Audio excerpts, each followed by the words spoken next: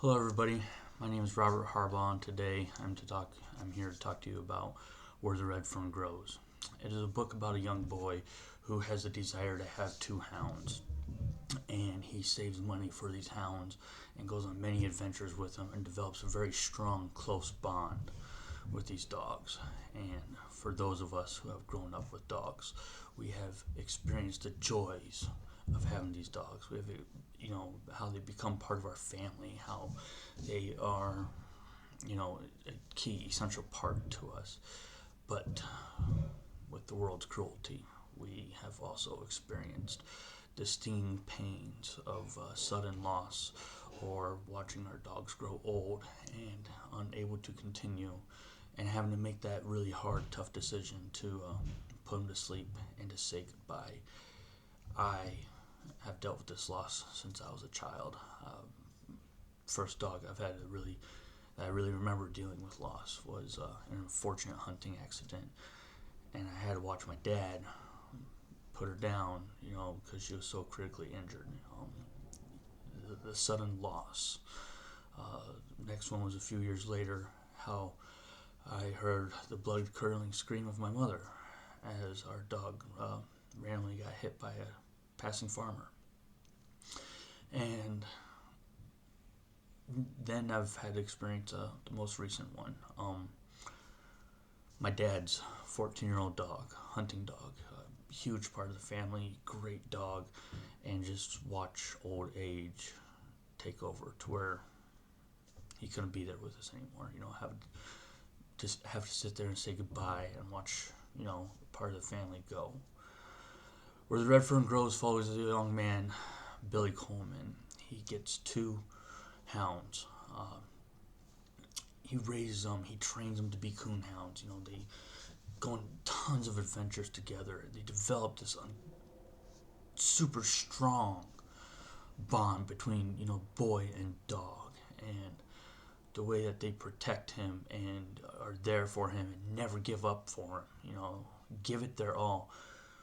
Chasing coons, possums, skunks, whatever. True hunting dogs of the Ozarks, coon dogs of the Ozarks. They are entered into a competition at one point, and they win the competition. Back in the early 1900s, they win their family $300 in this competition. And after the competition, when they're back home hunting the Ozarks, they tree a mountain lion, and this mountain lion attacks the dogs. Young Billy goes to save the dogs. The mountain lion turns on young Billy. The dogs save Billy. The dogs kill the mountain lion to save young Billy, to save their owner, their best friend. In doing so, the boy dog, old Dan, he suffers some pretty grievous injuries across the belly, and young Billy carries old Dan home to his mama. His mama, cleans his innards as best as he can, sews the dog back up, and prays for the best. The next morning, old Dan's not there. Old Dan has passed. So young Billy goes and buries old Dan. And little Ann, his sister, Billy's other dog, just loses the will to live.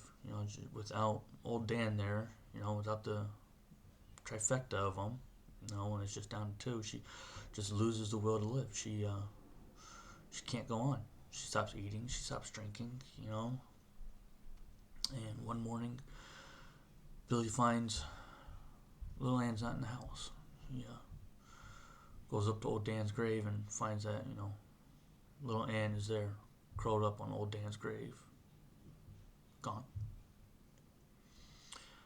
So little Billy buries little Ann right next to old Dan, and a few days later he goes back to visit them before they leave the farm to head for the city, and he finds a red fern growing. Now, the significance of the red fern is myth, legend has it that only an angel can plant a red fern.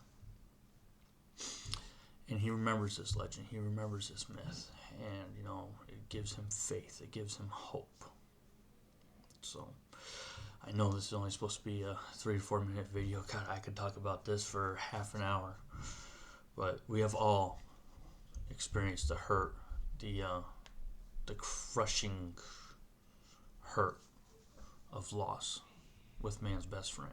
And it is something that we have all had to try to deal with. And no matter how many times we deal with it, it never, ever, ever gets easier. So, thank you for listening. I hope we all can relate, and I hope someday science finds a way to make our friends stay around a little bit longer.